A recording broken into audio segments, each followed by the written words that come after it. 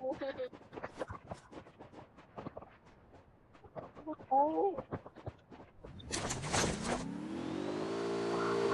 luôn cho đi.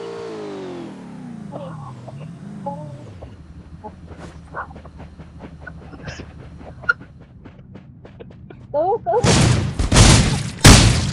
đó. Ủa là bà Trường nào thế?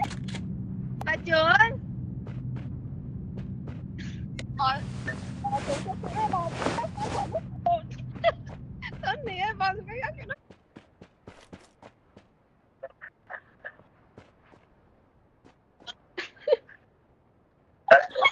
qua kịp á. Không kịp đâu, nó không thèm giết đâu mà. Sorry. No.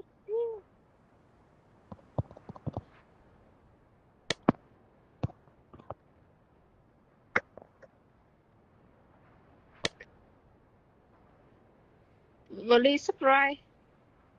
Gaming đi đi kìa. Subscribe cho nó mừng kìa. Ok ok.